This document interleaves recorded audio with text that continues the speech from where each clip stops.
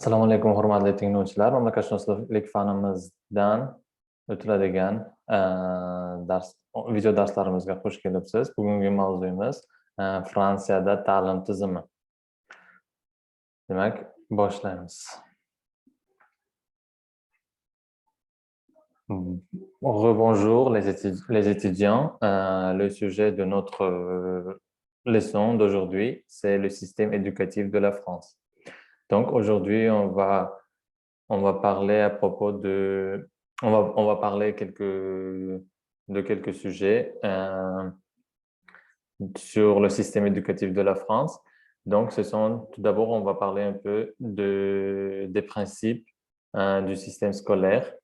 Et on va regarder comment se fonctionne l'école élémentaire, le collège et le lycée, université et grandes écoles. Et après, on va voir comment ça se passe, le financement et la gestion. Et à la fin, on va voir un recrutement et formation des enseignants en France. C'est le système éducatif de la France. En fait, si on parle un peu de l'histoire, c'est au lendemain de la Révolution française en 1789 que les principes d'une l'instruction commune à tous a été posé. Le système éducatif était également reparti en 3 niveaux: le primaire, le secondaire et le supérieur. Une division qui existe toujours aujourd'hui. Plus tard, Napoléon a donné le monopole du système éducatif à l'État et c'est son règne que datent certaines de grandes écoles structurées selon le code militaire, par exemple Polytechnique.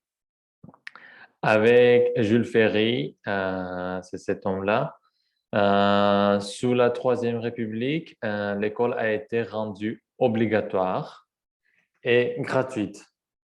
En plus, il était laïque, ce qui signifie que son enseignement et son environnement n'admettent pas la manifestation de dogmes religieux.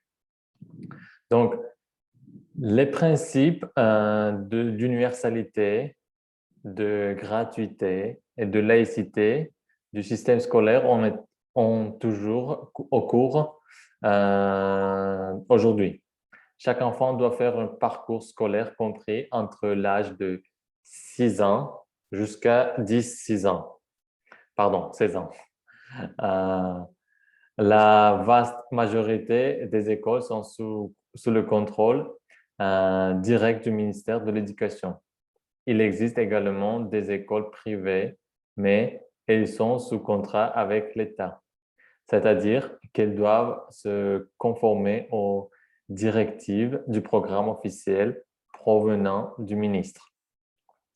En raison du système hautement centralisé, l'école française délivre des diplômes nationaux qui sont basés sur des programmes communs à tous les établissements scolaires. Le recrutement des professeurs des écoles a également lieu à l'échelle nationale par l'intermédiaire des instituts de formation des maîtres, ou bien on peut dire l'instituteur, pour les écoles primaires, ou à travers le concours nationaux tels que le CAP, certificat d'aptitude au professorat de l'enseignement secondaire, et l'agrégation pour les collèges et le lycée. Les lycées, pardon. En fait, ce sont des niveaux secondaires.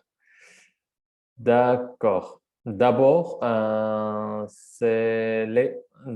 va parler un peu sur l'école élémentaire.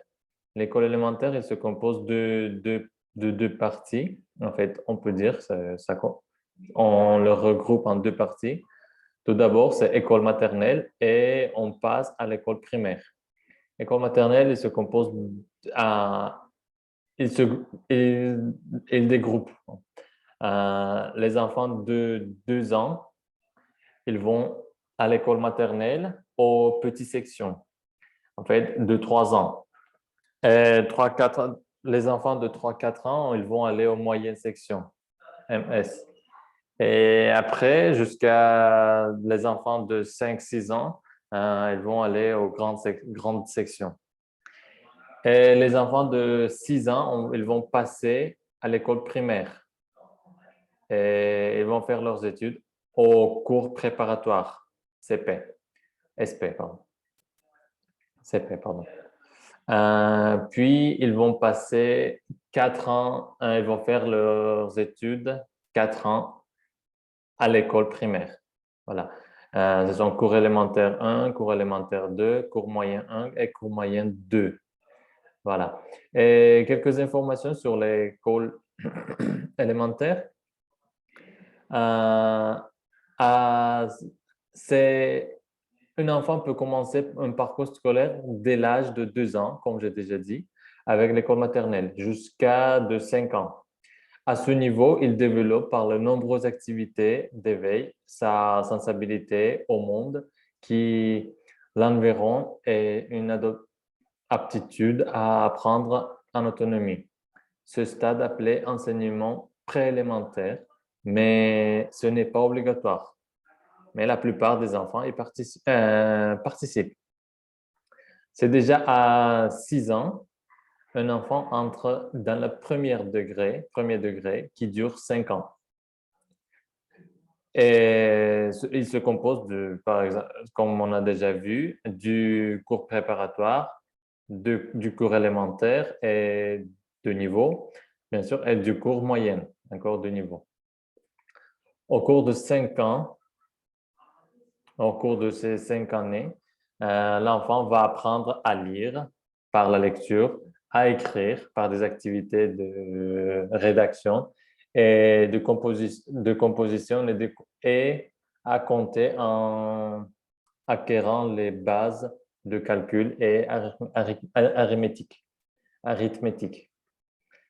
L'enfant est également initié à une langue étrangère qui est généralement l'anglais, ainsi qu'aux technologies nouvelles comme l'informatique. Les classes au niveau primaire sont composées. Les filles, les garçons, en fait, les classes sont mixtes.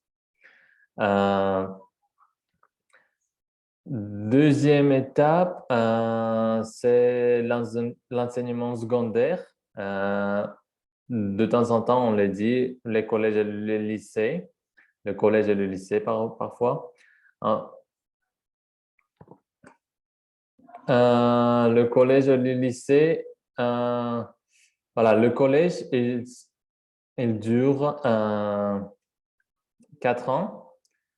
Le lycée, il dure 3 ans. Par exemple, le second degré commence par la sixième, comme vous voyez. Et il est partagé entre le premier cycle, ça veut dire de sixième à troisième. C'est-à-dire ils vont aller au sixième, après au cinquième, et quatrième et troisième. Donc, et le second cycle, c'est le lycée, c'est seconde, premier et terminal. Voilà. Les élèves suivent des enseignements dans les matières principales, français, mathématiques, l'histoire, géographie, sciences, langue étrangère, etc.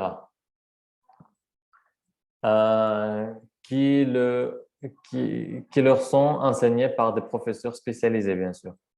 Le premier cycle s'achève avec le brevet des collèges. Ça veut dire, après le collège, les collégiens, ils vont passer un examen de brevet. Voilà.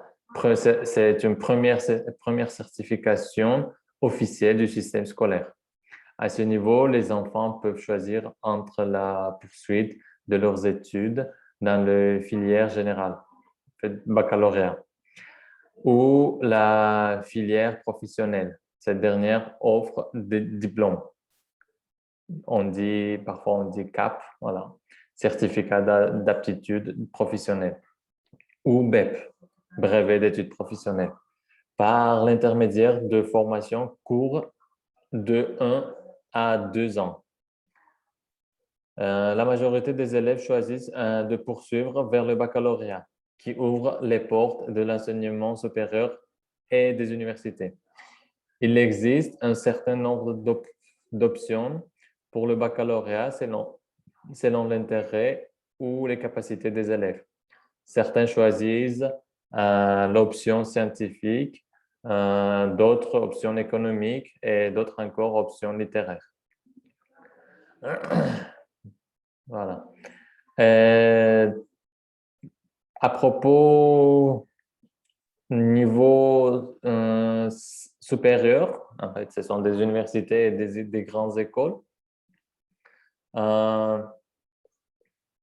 L'Institut et grandes écoles, c'est l'enseignement supérieur en France, peut être divisé en trois branches principales. En trois branches principales, ça veut dire ce sont les instituts universitaires de technologie, ou bien les universités, ou bien les grandes écoles.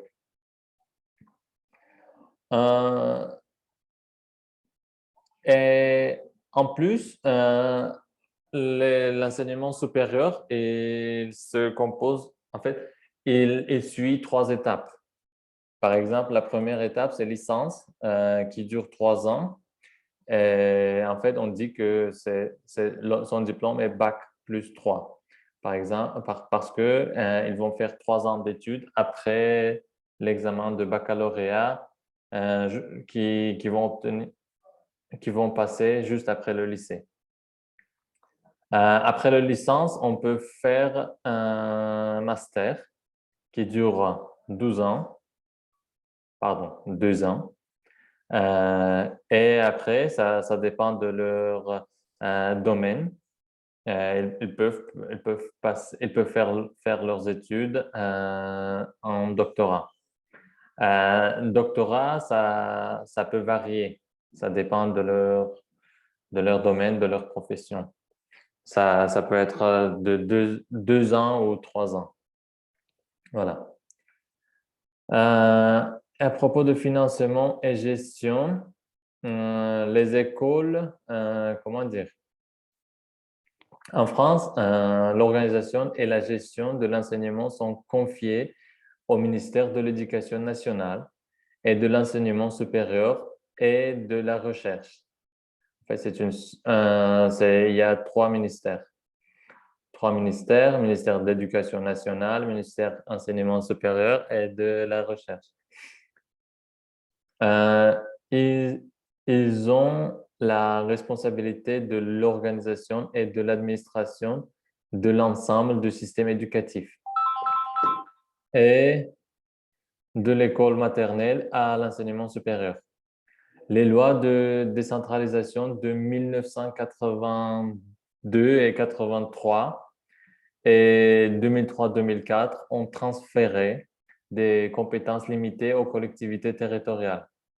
L'État a conservé les compétences liées à l'enseignement, programme, calendrier scolaire, recrutement et paiement des enseignants, etc. Et délégué les fonctions matérielles, maternelles. Donc, dans ce cas-là, en fait, qui sont chargés de qui? Voilà, ici, on peut voir, par exemple, les communes, la plus petite unité de division administrative. Les communes sont chargées des écoles maternelles et primaires. Et les départements, ils sont chargés des collèges. Et les régions qui sont chargées des lycées et de l'enseignement professionnel. Quant à l'université, les universités, les grandes écoles, c'est les majorités. Si les universités sont, comment dire, privées, bien sûr, comment dire, il est chargé de personnalités comment dire, qui contrôlent, non, qui dirigent cette université. En fait, les autres universités, les universités publiques, ils sont chargés par par ministère de supérieur et de la recherche. Voilà. En fait, recrutement et formation des enseignants. Si s'il y a quelqu'un qui veut devenir professeur des écoles, voilà, ils doivent passer hum, quelques études et ils doivent passer quelques, voilà, concours. Par exemple, selon le principe constitutionnel d'égalité d'accès à l'emploi public, les enseignants sont en principe recrutés par concours. Le principe du concours connaît néanmoins une exception. Le système éducatif français fait appel à des contractuels qui assurent des remplacements de titulaires provisoirement absents ou des cours pour lesquels le poste n'a pas été pourvu. Le concours ne laisse historiquement aucune part à la pédagogie, ce qui semble là un défaut important, spécialement dans le cadre d'une manifestation de l'enseignement touchant à la fois les enseignants et les élèves. On mit donc en place pour les lauréats une formation pédagogique d'un an en UFM, pendant laquelle il alternait stage en responsabilité, en formation théorique et devait rédiger une mémoire professionnelle. Mais ce système fut aussi critiqué que celui auquel il succédait. Il a été remplacé par un recrutement au niveau master, incluant une formation pédagogique préalable au concours et comptant pour celui-ci. Un jury valide leur formation après une première année en tant que stagiaire et proclame ou non leur titularisation dans un corps enseignant. Une fois titularisé, l'enseignant a garanti d'emploi jusqu'à sa retraite, sauf faute grave ou dans le cadre d'une restriction, proposition d'un autre emploi. En fait, toutefois, les écoles supérieures de professorat et de l'éducation ont été créées en 2013 pour assurer une formation pédagogique avant et après concours, ainsi que la formation continue des enseignants et personnels d'éducation. Voilà.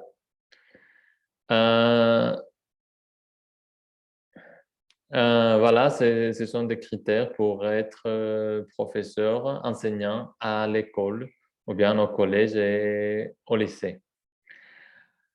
Merci beaucoup pour votre attention. J'espère que vous avez compris. À la prochaine.